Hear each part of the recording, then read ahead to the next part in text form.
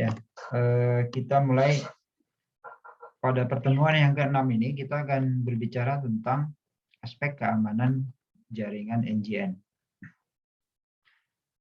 Kenapa? Karena ini kelihatan slide-nya ya. Karena pada teknologi yang sebelumnya, yang NGN yang Next Generation Network, itu sudah mengadopsi juga TCP/IP sebagai teknologi utama, di mana teknologi TCP/IP ini sifatnya multilayer, multilayer protokol. Namun tidak khusus ketika dirancang itu sisi security-nya menjadi proses desain di awal, tapi dia menjadi ikutan setelah terbangunnya sistem NGN yang Next Generation Network, lalu kemudian ternyata security dibutuhkan. Nah, pada New Generation Network ini, maka aspek keamanan ini coba untuk dibangun dari awal. Nah, maka muncullah beberapa pertimbangan yang menjadi dasar kenapa aspek security pada New Generation Network ini menjadi penting. Ada 3 hal. Yang pertama confidentiality, yang kedua integrity, yang ketiga availability. Ada beberapa pertimbangan lain sebetulnya, tapi yang di-highlight 3 hal ini. Nah, confidentiality ini apa?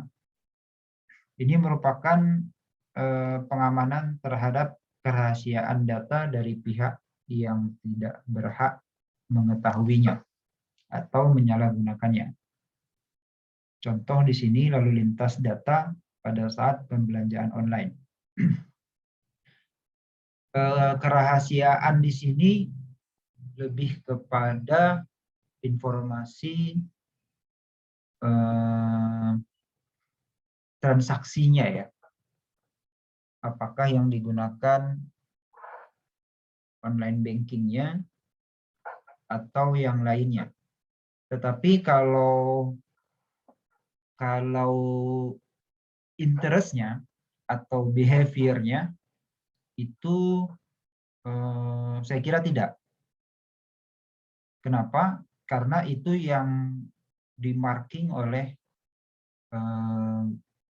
Google Analytics atau Facebook Analytics sebetulnya. Contoh nyatanya adalah ketika misalkan Aminah misalnya, dia baru membuka sebuah toko di dalam Tokopedia, katakan sebuah produk jilbab misalkan, katakan begitu. Maka behavior-nya atau interest-nya Aminah itu terekam di Google Analytics atau Facebook Analytics.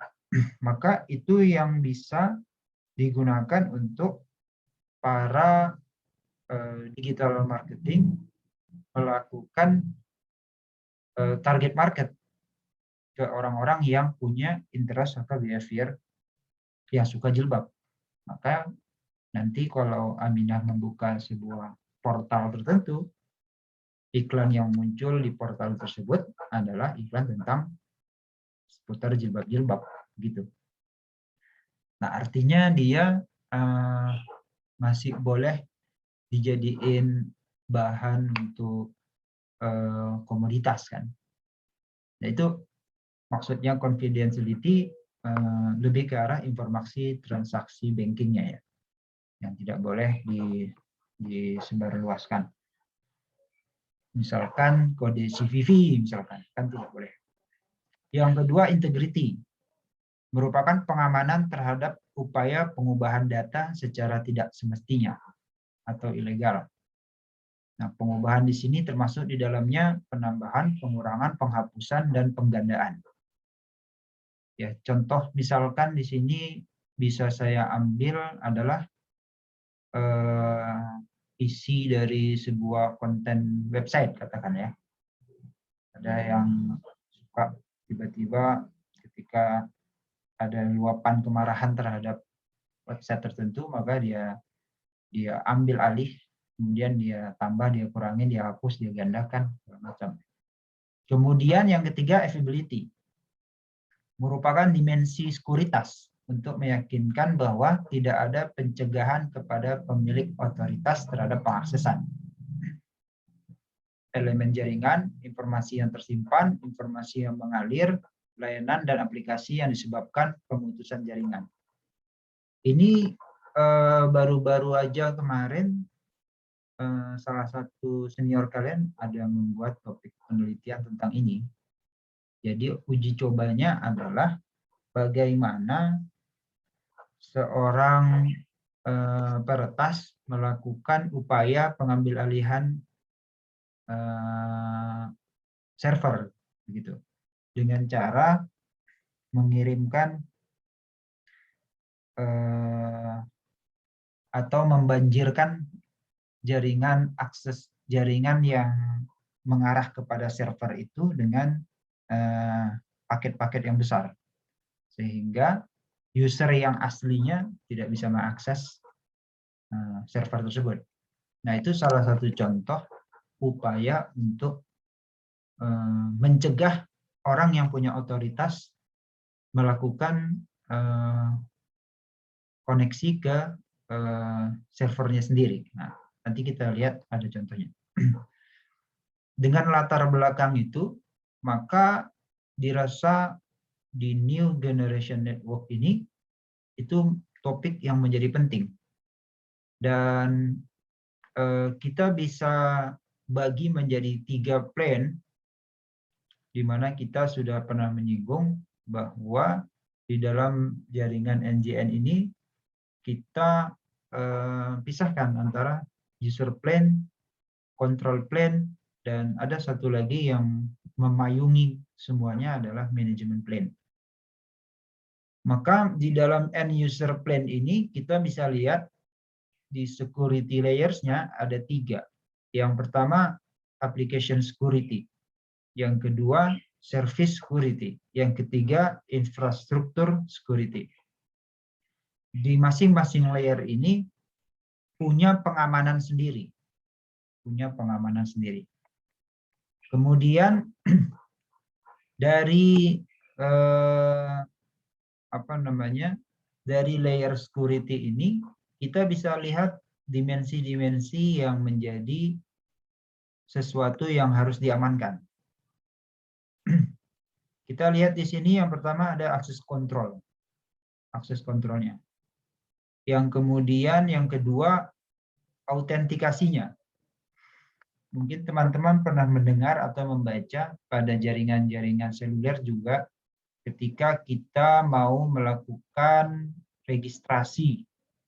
Katakanlah Duhan tadi misalkan baru beli SIM card, kemudian dia pasang setelah keluar dari Bandung, mungkin dia pindah ke Jakarta dia beli SIM card baru, dia pasang, maka apa yang dilakukan handphone saat itu? Maka yang pertama dia harus dikenali oleh jaringan dengan cara dia ditanyain tentang 3A, autentikasi, otorisasi, dan accountability. Triple A biasanya disingkat. Maka autentikasi ini adalah tanda pertama bahwa kamu memang boleh mengakses. Katakanlah kalau kita masuk Igrasias, login pertama ya. Login pertama adalah gerbang pertama bahwa kamu berhak mengakses halaman Igrasias mahasiswa. Itu yang pertama kan. Lalu yang ketiga ada non-repudiation. Ini ada penjelasannya. Ini adalah merupakan kemampuan untuk mencegah user dari penolakan akses atas apa yang telah dilakukannya. Ini termasuk kepada kreativitas konten, origination, receive and delivery, seperti contoh pengiriman atau penerimaan pesan, call setup pembangunan hubungan, kemudian penerimaan panggilan, lalu partisipan dalam audio dan video. Nah, kemudian yang keempat ada data confidentiality. Lalu yang kelima ada communication security. Yang keenam data integrity, sebagian sudah kita jelasin tadi. Lalu availability dan yang kedelapan privacy. Nah, 8 unsur dimensi yang harus diamankan ini diamankan dari apa? Diamankan dari apa? Nah, diamankan dari ancaman dan serangan. Ancaman dan serangan. Serangan ini terjadi biasanya setelah diancam. Tapi kalau kita ambil contoh kehidupan kita sehari-hari, kadang-kadang bisa juga kita diserang tanpa diancam dulu ya. Ada yang kita diserang kira-kira karena tidak disengaja, ada ya.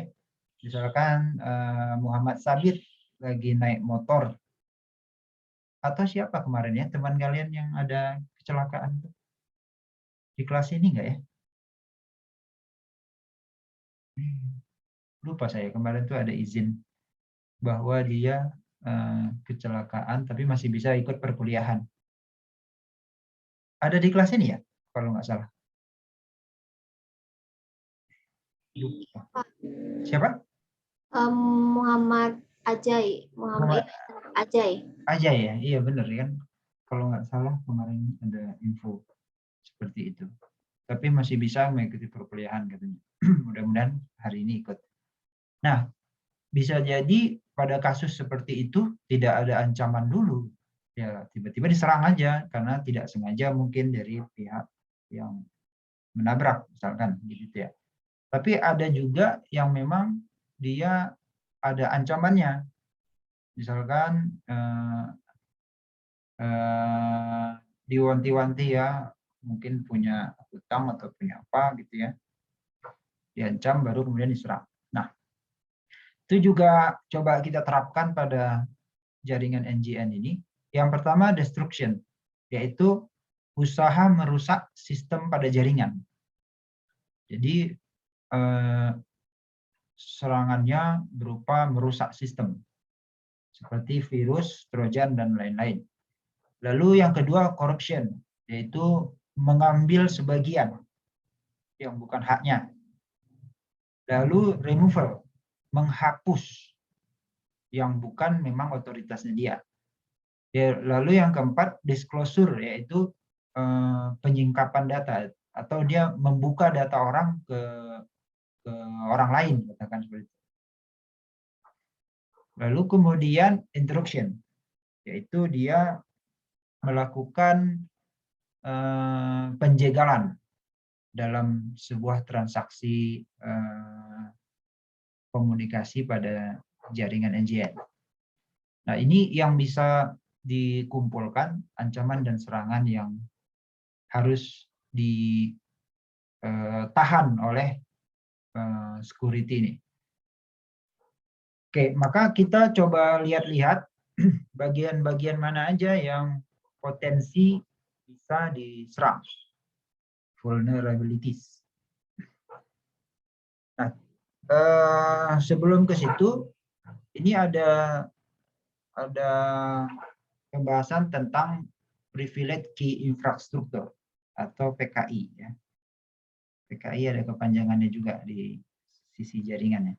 Privileged Key Infrastructure. Kalau kita lihat di sini, dia adalah model ya, model bagaimana cara mengamankan sebuah sistem komunikasi dengan cara membuat public key certificate. Jadi kalau kita misalkan buka email katakanlah ya, kemudian kita buka di sebuah browser, maka browser itu kalau kita klik itu akan ada sertifikatnya kan. Contoh misalkan seperti ini.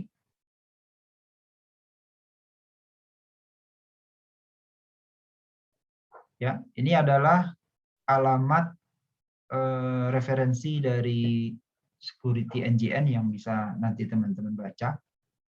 Kita untuk membahas security pada NGN itu menggunakan standar ITUT X800 dan X805. Tapi bukan slide ini yang mau kita lihat, yang mau saya tunjukkan adalah yang bagian ini. Kelihatan? View set information ini ada sertifikat.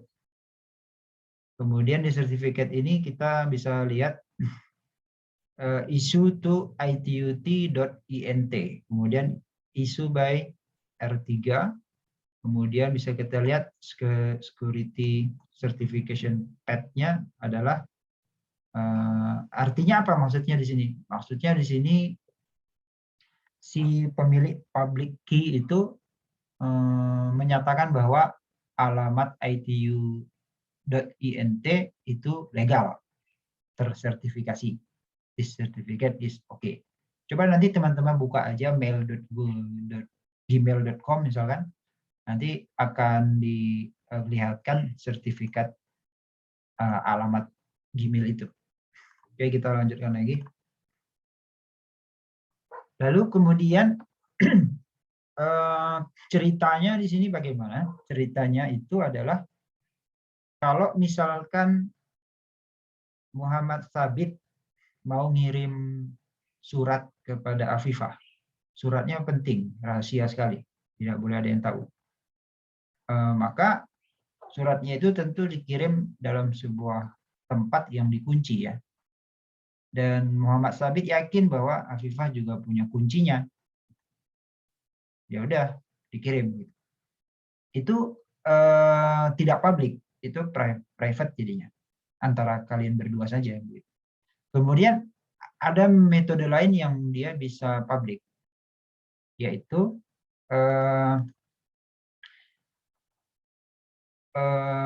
Andi misalkan membuat sebuah kotak di mana kotak itu ada kuncinya itu ada dua. Yang pertama adalah private key-nya dia, yang kedua adalah public key-nya dia.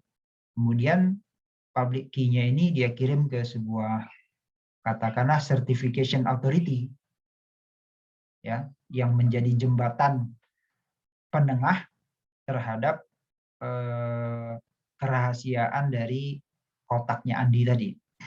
Lalu kemudian public key ini oleh si certification authority di public, namanya juga public ya. Maka kemudian siapa aja yang mau mengakses box itu, dia harus daftar dulu kepada certification authority ini. Maka dia akan menerima public key.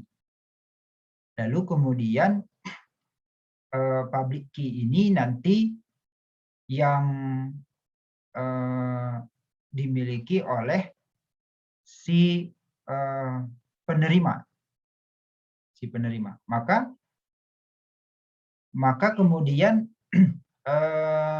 ketika si penerima ini, si orang yang satu lagi ini, dia mau mengirimkan sesuatu, dia melewati certification authority. Dan nanti yang bisa membuka hanya yang memiliki private key-nya saja. Dalam hal ini si yang memiliki box tadi. Jadi konsep yang kedua adalah dia menggunakan perantara, yaitu yang memiliki otoritas membuat sertifikat. Dalam hal ini seperti contoh website yang kita buka tadi. Ini juga sama. Lalu kemudian kita bisa bedakan, yang pertama adalah ada yang namanya symmetric script key encryption. Yang kedua ada asymmetric public key encryption. Ini yang cerita kita tadi, cerita yang kedua, yang dia membuat penengah, pembuat otoritas certification-nya. Ini yang dimaksud di dua gambar ini. Nah, sekarang kita masuk kepada kemungkinan-kemungkinan serangan yang ada. Yang pertama, kemungkinan jenis serangan yang pertama adalah interruption. Kalau kita lagi aktif, misalkan di kemahasiswaan, ketika kita rapat, itu kan ada diajarin ya tentang caranya menyela ya. Atau kalau teman-teman aktif di organisasi, di BEM atau di himpunan, belajar tentang gimana rapat seperti rapatnya anggota dewan, itu kan kita diajarin point of interruption. Nah, ada ya diajarin ya. Jadi kita kalau angkat tangan, si pemimpin sidang tahu, oh Aminah angkat tangannya mau ngapain. Kemudian Resi angkat tangannya mau ngapain. Misalkan Aminah mengangkat tangan, point of interruption. Kalau Resi, point of emergency katanya. Berarti yang harus diduluankan adalah yang emergensi ya. Mungkin di luar terjadi kebakaran atau bagaimana, jadi harus dipersilahkan dulu ngomong. Kalau Aminah kan interruption aja, tingkatannya lebih rendah. Nah, ini interruption, yaitu perangkat sistem menjadi rusak atau tidak tersedia. Serangan ini ditujukan kepada availability dari sistem. Contoh adalah denial of service, DOS attack. Ya. Contoh misalkan ini A, kemudian di sini ada B, nah dia melakukan penyerangan sehingga A ini tidak bisa nyampe ke B. Oke, bagaimana serangannya belum dibahas. Jadi ini hanya jenisnya saja. Yang kedua, jenis serangannya adalah interception. Pihak yang tidak berwenang berhasil mengakses aset atau informasi. Contoh dari serangan ini adalah penyadapan, wiretapping. Ya, jadi kita memiliki katakanlah sebuah server yang punya role untuk mengaksesnya adalah orang-orang tertentu saja. Nah, ternyata ada orang lain yang dia bisa mengakses aset atau informasi profil kita.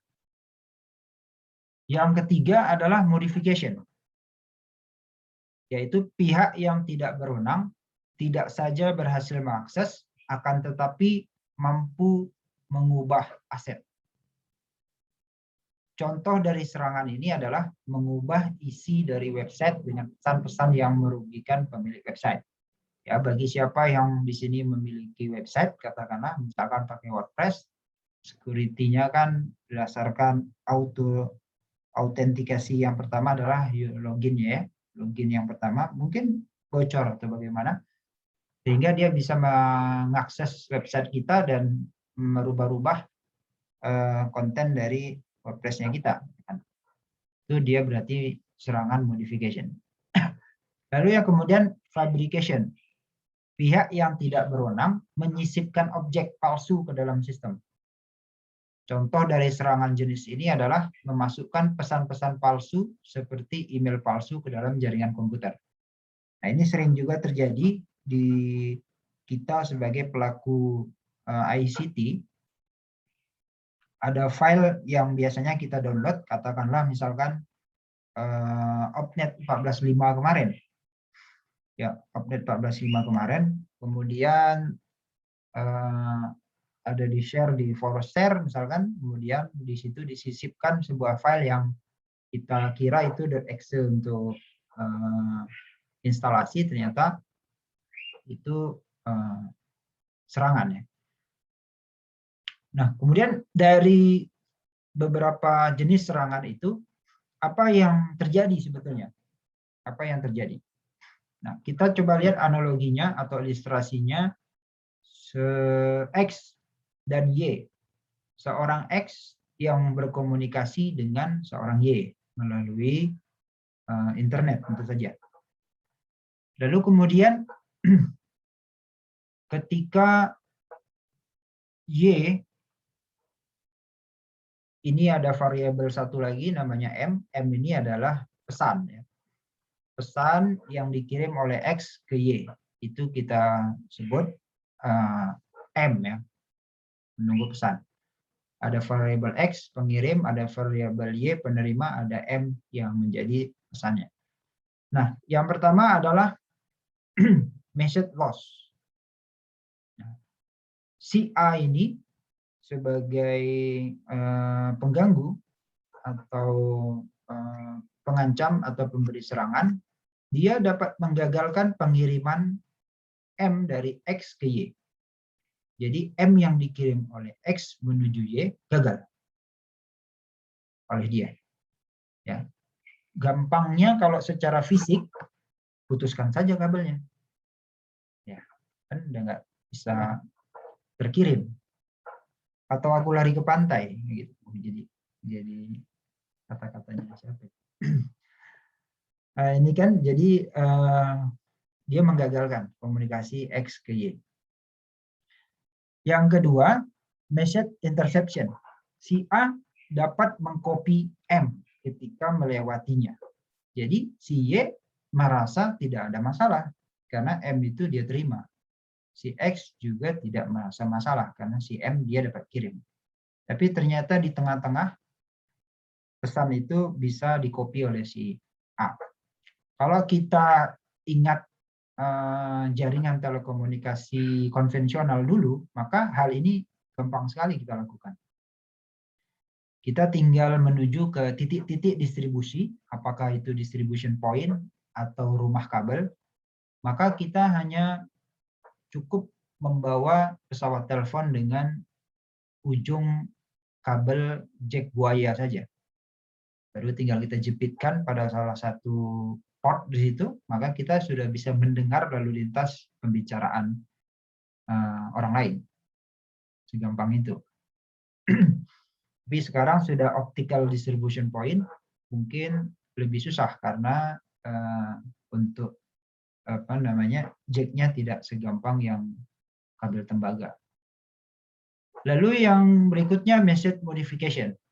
Si A sebagai pelaku serangan, dia dapat memodifikasi atau mengubah pesan yang aslinya M menjadi M absent, katakan.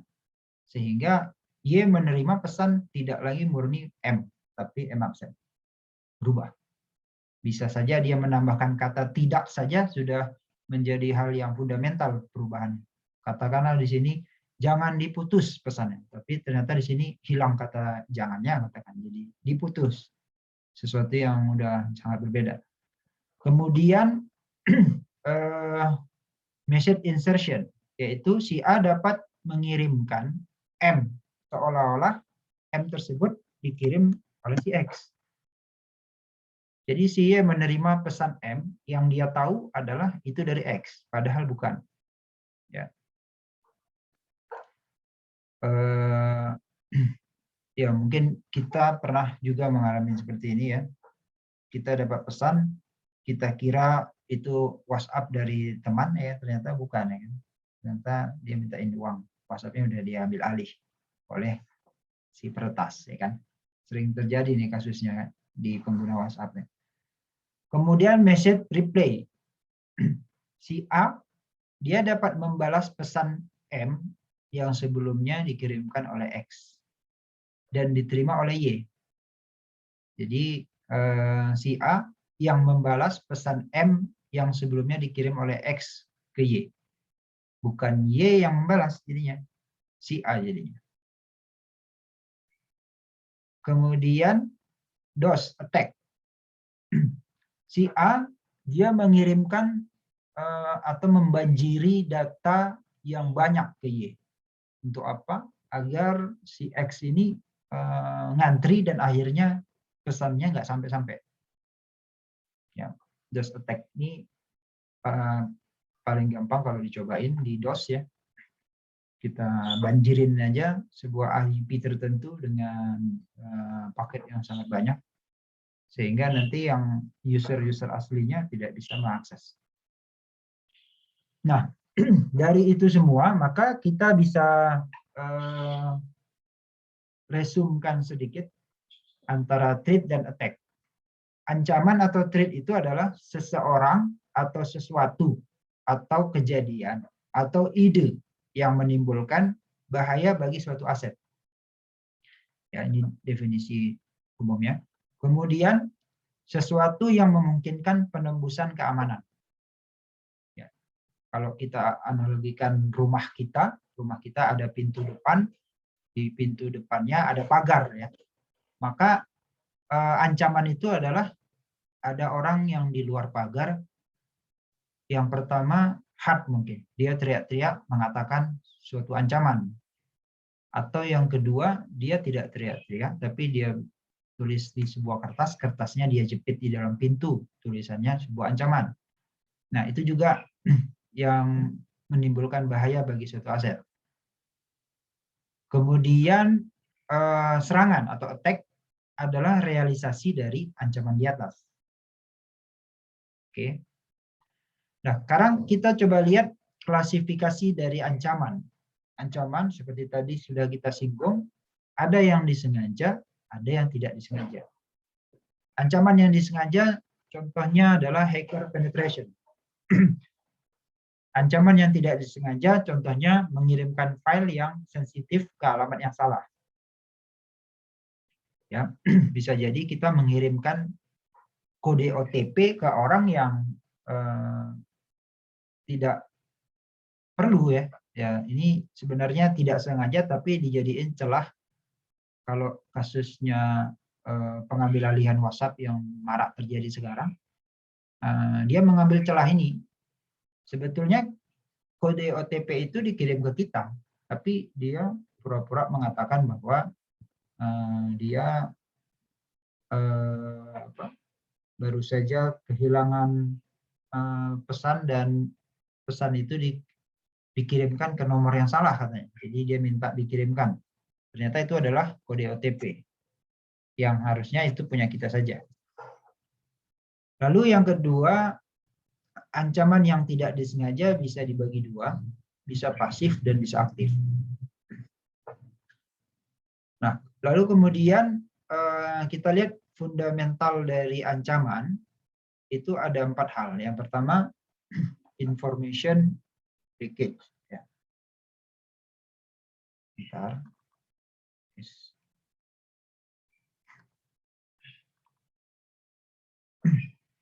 Yang kedua adalah integrity violation. Oke, bentar.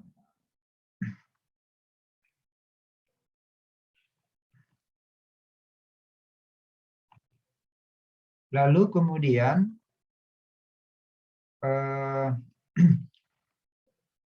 DOS yang tadi. Lalu yang keempat adalah illegitimate use. Oke. Nah, ini adalah 4 ancaman yang fundamental sebetulnya, yaitu kebocoran informasi, kemudian pelanggaran integrity, kemudian DOS tadi, lalu penggunaan yang tidak legitimate. Seperti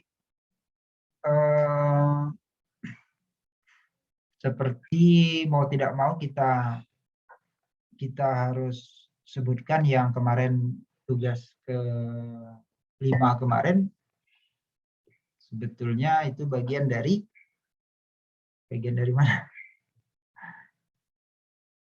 Tugas ke-5 kemarin itu kan tidak ada versi publiknya, ya. Betul nggak? Itu teman-teman bagian dari 4 kali, ya. Dan itu punya potensi ancaman. Terkadang ada juga memang penyedia aplikasi yang memang memberikan versi-versi testingnya, ya. Jadi memang dia sengaja untuk mencari celah kebocoran dari aplikasinya dia. Teman-teman mungkin pernah nonton atau pernah lihat orang yang mampu membobol pintu sebuah mobil yang sangat mahal malah dijadiin ahli security-nya, gitu. Karena yang mampu membobol pintu yang sudah dianggap sangat aman aja, dia bisa mampu membobolnya. Kalau dia dijadiin ahli security atau konsultan security di situ, tentu tidak akan ada yang bisa menjebol lagi kan. Kira-kira kalau teman-teman punya kebun tomat, sering terjadi maling. Dan kita tahu di sekitar situ yang paling handal atau paling ahli dalam hal maling tomat adalah si X itu. Maka X itu aja kita jadiin kepala security-nya. Mudah-mudahan nggak akan hilang lagi kan gitu. Kalau hilang berarti dia yang ngambil kan. Oke. Nah, kita lihat tipe dari attack yang passive attack. Itu adalah yang pertama contohnya traffic analysis. Yang kedua message interception. Kalau yang active attack itu adalah yang pertama message loss, kemudian message modification, kemudian message insertion, lalu message replay, lalu DOS. Ini poin-poin yang tadi sudah kita jelasin. Nah, kalau ancaman pada jaringan komputer, dan juga saya kira pada saat ini jaringan yang terkait dengan internet, maka bisa kita bagi menjadi dua. Yang pertama, ancaman jaringan komputer secara fisik. Kemudian ancaman jaringan secara logik. Ini yang tadi kita singgung, ancaman secara fisik itu bisa juga terjadi. Yang pertama adalah pencurian perangkat keras komputer atau perangkat jaringan itu sendiri. Contoh teman-teman misalkan di dalam sebuah kantor ada jaringan topologi jaringan internetnya, kemudian di situ kelihatan distribution point-nya, maka kita ambil saja routernya satu. Nah, itu juga ancaman kan, maka putuskan jaringannya. Nah, itu disebut ancaman fisik. Yang kedua, kerusakan pada komputer dan perangkat komunikasi jaringan. Contoh misalkan kalau kita saat ini menggunakan akses internet menggunakan akses point, ONT, maka ONT-nya itu rusak. Itu pun menjadi ancaman. Atau jika di jaringan komputer NIC card-nya rusak, maka itu pun menjadi ancaman fisik. Lalu yang kedua, penyadapan. Penyadapan ini bisa juga secara fisik. Contoh case-nya seperti yang konvensional tadi, atau secara fisik, misalkan di ONT-nya itu teman-teman langsung jumper di situ. Kemudian di ONT-nya itu teman jumper, kemudian teman-teman install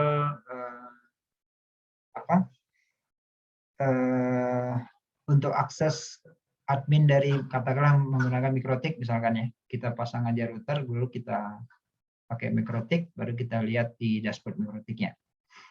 Kita bisa melihat lalu lintas dari traffic si pengguna tersebut. Lalu ancaman berikutnya bencana alam. Ini bisa menjadi ancaman juga. Nah, itu tadi ancaman-ancaman yang sifatnya fisik, kelihatan. Nah, yang kedua adalah ancaman yang logik. Ancaman logik. Yang pertama adalah kerusakan pada sistem operasi atau aplikasi. Contoh misalkan sistem operasinya menggunakan Windows, nah di situ ada permasalahan di situ. Yang kedua adalah virus. Yang ketiga adalah sniffing. Nah, banyak lagi sebetulnya. Contoh misalkan di rumah saya itu kebetulan ada beberapa kamar yang menjadi kamar kos-kosan. Nah, di situ saya menggunakan akses internet menggunakan IndiHome. Diberi ONT oleh provider. Kemudian dari ONT itu kita sebar menggunakan akses IEEE 802.11n ya, atau WiFi ya. Sudah, siapa aja yang tahu passwordnya dia bisa connect ya. Maka beberapa orang yang mungkin mahasiswa informatika atau mahasiswa teknik lah katakan, dia menginstal netcut ya, netcut, sehingga bandwidth-nya bisa diambil alih. Dan ini jadi permasalahan ketika user lain yang orang kantoran baru pulang kemudian dia buka, maka dia jadi lambat karena dia hanya mendapatkan bandwidth yang tersisa saja. Katakanlah saya beli yang 10 Mbps, maka lebih dari setengahnya sudah terambil oleh dia. Bisa dilawan dengan netcut defender, tapi jadi bolak-balik aja serang-serangan. Maka kita harus lakukan operasi pada layer 3, dan itu tidak bisa menggunakan ONT bawaan dari provider. Maka saya harus menggunakan memasang router, saya pasang router MikroTik, baru kemudian di situ saya lakukan manajemen bandwidth, dan saya buat di situ manajemen autentikasi. Autentikasinya tidak lagi berdasarkan SSID dan passwordnya, tapi saya buat seperti hotspot di hotel, yaitu setiap kamar memiliki user login masing-masing. Kamu kamar 1, maka saya berikan kamu user tersendiri. Kamar 2 ya, kamu pakai usernya kamu, maka setiap kamar akan bisa saya bagi menjadi dedicated bandwidth.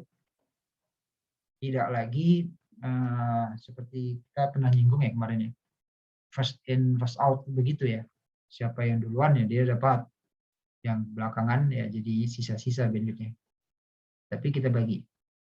Nah itu tidak bisa bekerja di layer 1, tapi harus menggunakan perangkat yang bekerja di layer 3, yaitu router. Oke.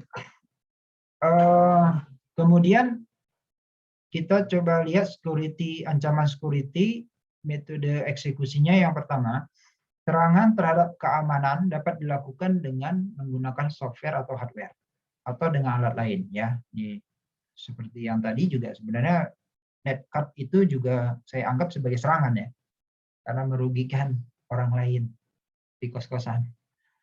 Yang kedua, beberapa program umum, tools dan toolkit, program yang secara otomatis menyelidiki kelemahan keamanan dan menyerang sistem.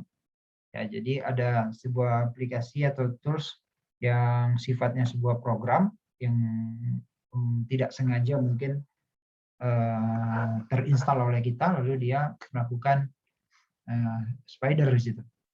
Lalu kemudian backdoors dan trapdoors, yaitu membuka kode, firewall, dan lain-lain dengan sengaja untuk mendapatkan hak akses individual tanpa melalui proses autentikasi dan otorisasi yang normal. Apa bedanya autentikasi dan otorisasi? Autentikasi itu adalah proses untuk menyatakan kamu punya hak akses atau tidak. Contoh misalkan kalau teman-teman mengakses Iglesias dengan mahasiswa yang bukan TELU, maka dia tidak akan punya hak autentikasi berupa user dan password kan. Itu autentikasi yang pertama. Yang kedua, setelah mahasiswa TELU katakanlah dia punya autentikasi, maka dia punya otorisasi. Otorisasinya lebih kepada role-nya dia. Kalau Aminah misalkan, dia hanya bisa melihat tampilan-tampilan sebagai mahasiswa. Dia tidak bisa melihat tampilan seperti saya, Iglesias dosen saya kan. Rule-nya beda. Gitu. Maka yang ketiga nanti adalah yang tadi saya bilang AAA, accountability, yaitu ngapain aja selama akses ke Iglesias. Berapa lama. Nah itu bagi administrator jaringan, itu dia bisa mendapatkan informasi itu bagi administrator jaringannya. Bagi kita sebagai user, nah, kita tidak punya hak itu kan. Yang kemudian logic bombs, yaitu kode yang disisipkan pada software yang tidak aktif sampai sesuatu mengaktifkannya untuk melakukan serangan. Jadi seperti fisik lah ya, seperti bom fisik yang jika di-trigger akan terjadi ledakan seperti itu. Nah, ini juga kode yang disisipkan pada suatu software yang tidak aktif sampai ada sesuatu yang mengaktifkannya untuk melakukan serangan. Yang kedua lanjutannya, serangan sistem lokal. Beberapa contoh program tambahan. Yang pertama, virus. Executable kode yang disisipkan pada kode atau data lain. Dieksekusi ketika kode atau data yang disisipi digunakan dan melancarkan serangan. Sudah banyak antivirus yang berkembang saat ini dan selalu kejar-kejaran ya, antara pembuat antivirus dengan si pembuat virusnya. Serang-serang ya. Sama seperti kita juga saat ini ada virus yang sedang menyebar di seluruh dunia, tapi karena kita tidak berani mengatakan bahwa itu seperti tadi virus dibuat atau bagaimana ya, itu topik yang lain. Yang kedua, WOM, program yang relatif independen, yang melakukan perjalanan dari satu mesin melalui koneksi jaringan untuk melancarkan serangan. Ini yang sering terjadi pada jaringan-jaringan LAN ya, nyebar ya. Kemudian Trojan Horse, yaitu program yang melakukan fungsi tersembunyi yang menyerang sistem. Ya, sempat ramai dulu ya Trojan Horse ini. Kemudian yang keempat, Bacteria or Rabbit program, program yang merusak dan mereplikasi diri secara eksponensial untuk menggunakan network resource. Oke. Saya tidak mendalami jenis-jenis ini secara detail ya, tapi kita tahu dan kita pernah menjadi korban gitu ya, menjadi korban terhadap ini virus worm Trojan horse bakteria yang menjadi ancaman bagi laptop dan komputer kita. Tapi kalau teman-teman nanya cara bikinnya, saya nggak tahu juga virusnya. Oke.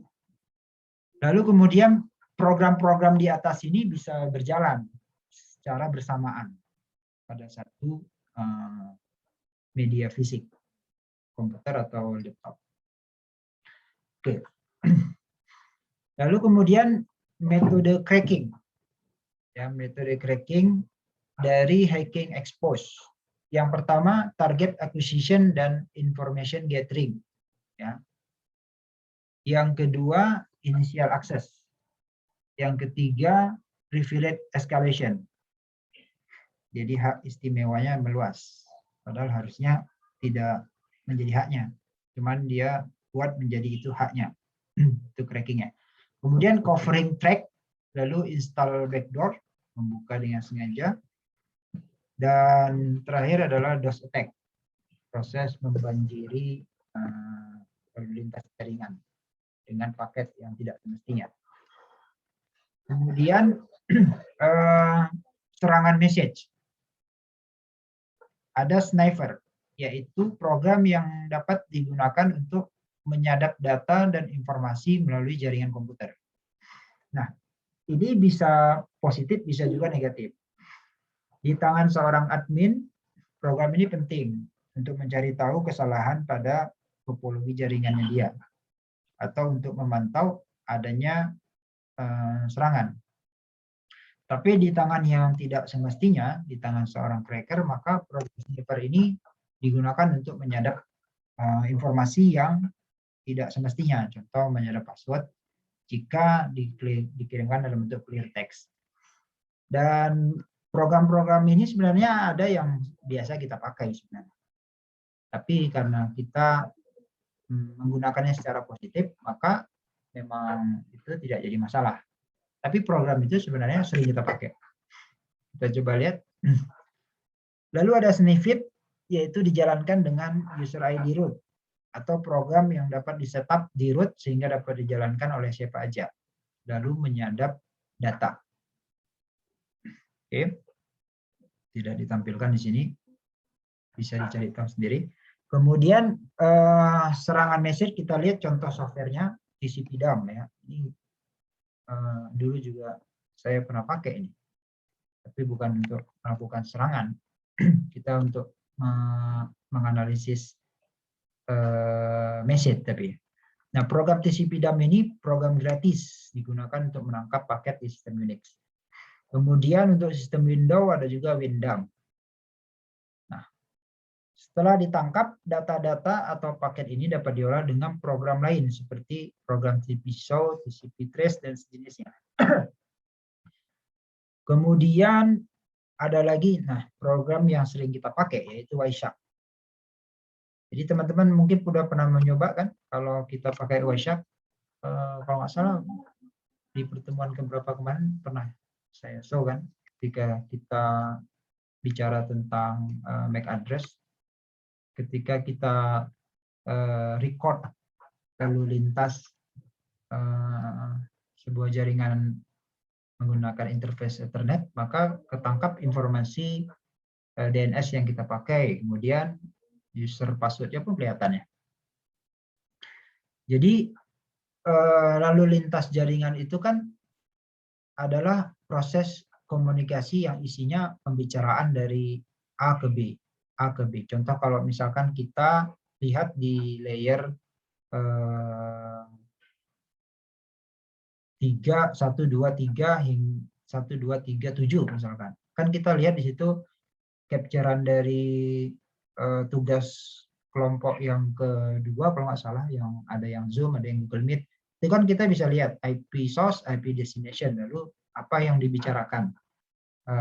Maksudnya bukan isi pembicaraan kontennya, tapi komunikasi dari IP source, kemudian IP target, kemudian checksumnya dan MAC address-nya dan seterusnya. Itu kan ketangkap di situ.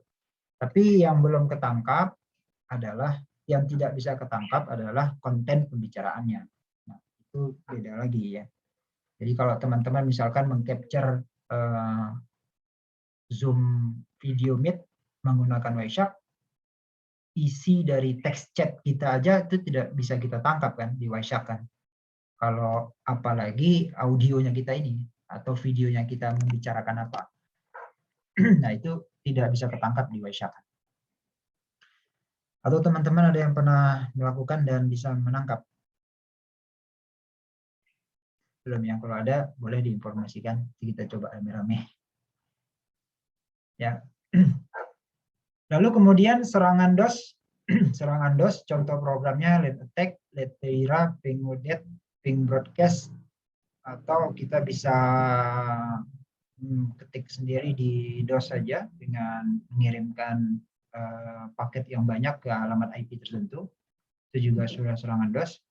Lalu serangan komputer virus yang tadi kita bahas, yaitu executable code yang disisipkan pada kode atau data lain tereksekusi ketika kode atau data yang disisipi digunakan. Lalu Trojan adalah sebuah aplikasi remote administrator yang digunakan untuk tujuan negatif. Program disisipkan tanpa pengetahuan si pemilik komputer. Program diaktifkan dan dikendalikan dari jarak jauh atau dengan menggunakan timer. Kemudian worm, program ini seperti virus, tetapi dapat menggandakan diri dan menyerang komputer lain. Lalu dilakukan dengan scanning terhadap komputer-komputer lain, ya, makanya ini sering terjadi pada pada komputer yang tersambung dengan sebuah jaringan, apakah itu LAN atau internet, untuk kemudian dia menyerang komputer-komputer lain. Oke, nah ini pembahasan kita tentang security pada jaringan. Ada yang mau bertanya atau diskusi?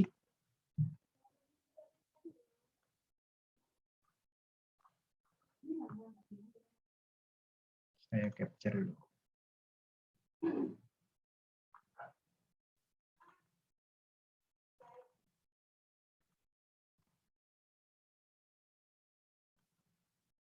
NGN pertemuan yang ke-6. Tidak terasa minggu depan sudah pertemuan terakhir sebelum tes.